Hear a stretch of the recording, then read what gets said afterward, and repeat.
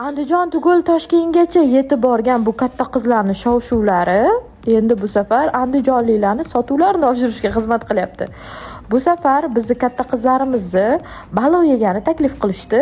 Balo yeb bo'lgunlaringcha biz sizlarning mashinanglarni chiroyli qilib yuvib qo'yamiz deyishdi. Okey dedik. Hamma katta qizlar mashinalarda ketma-ket yig'ilib olib, cho'tki bo'lib balo yegani bordik. Ko'pincha hozirgi kunda o'chirda turishibdi, hamma katta qizlarni mehmon qilgani. Chunki qayerga borsak, o'sha joyning savdolari oshib ketyapti.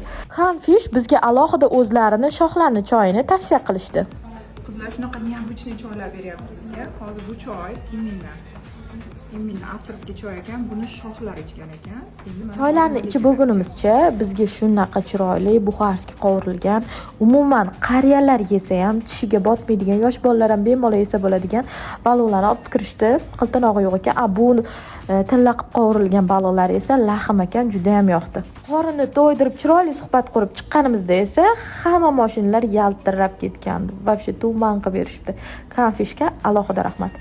Hazillashmanglar, mobilograf qizimizga ham rahmat, mo'ykachiga ham rahmat, baliqqa ham rahmat. Kelaverasizlar.